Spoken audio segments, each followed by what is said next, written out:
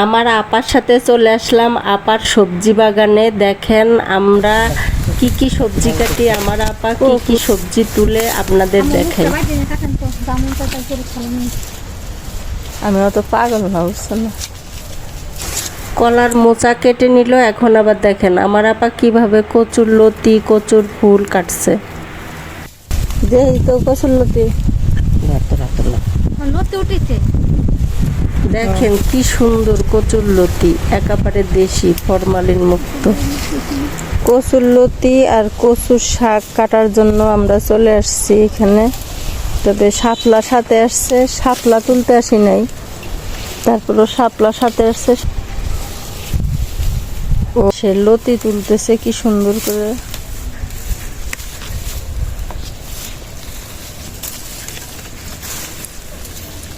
গ্রামে থাকার মজাটাই আলাদা। দেখেন গ্রামে যদি আমরা থাকি তাহলে এইভাবে তরতাজা শাক সবজি কচু কচুরলতি তুলে আমরা খেতে পারি। কি সুন্দর তুলে নিচ্ছি, এত সুন্দর মনোরম পরিবেশ। আর দেখেন কি সুন্দর বাতাস, বাতাসে গাছের পাতাগুলো কিভাবে দুলছে।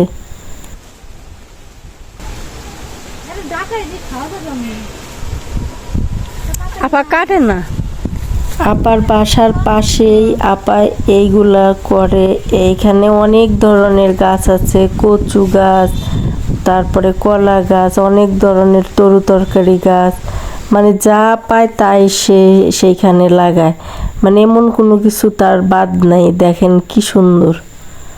ফড়িংটা বসে আছে কচুর ফুলের উপরে, এখন আবার কচুর ডাঁটার উপরে গিয়ে বসছে, দুল খাচ্ছে। কি সুন্দর লাগছে দেখতে। এখন এই কচুর ফুলগুলাকে আবার আমরা কেটে নিব। কচুর ফুল রান্না করলে অনেক মজা লাগে। আমার আপা এই কচুর ফুল যখন রান্না করে ইলিশ মাছ দিয়ে খুব মজা লাগে, খুব মজা হয়। আর এমনিতেও আমার আপার হাতের রান্না কিন্তু অনেক মজা, সেই কিছুই রান্না করুক অনেক মজা হয়। এদিকে না, তোমার উঠাবো না। সবগুলো একবারে ধরে নিই, তারপরে মালাগুলো হলে সুন্দর লাগবে। আপা কচুর ফুল আরও খুঁজে খুঁজে কাটছে, কারণ একটা গাছে শুধু একটা করে ফুল হয়, এজন্য কচুর ফুল একটা একটা করে খুঁজে খুঁজে কাটছে। আর এখন সব কিছু কাটা হয়ে গেছে, এখন সবগুলো একসাথে নেওয়া হয়েছিল, এখন এইখানে সবগুলো আলাদা আলাদা করে নিচ্ছে।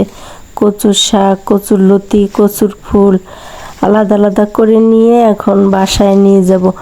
আমরা কিন্তু বাসার পিছনেই আছি, এখন আমরা বাসায় চলে যাব। আমাদের কচুর শাক কাটা হয়ে গেছে। ওই যে ফুল রান্না করে। আমি বাজারে কিনা কচুর শাক খেতে পারি না, মনে হয় যে কোথার থেকে যেন কেটে আনছে।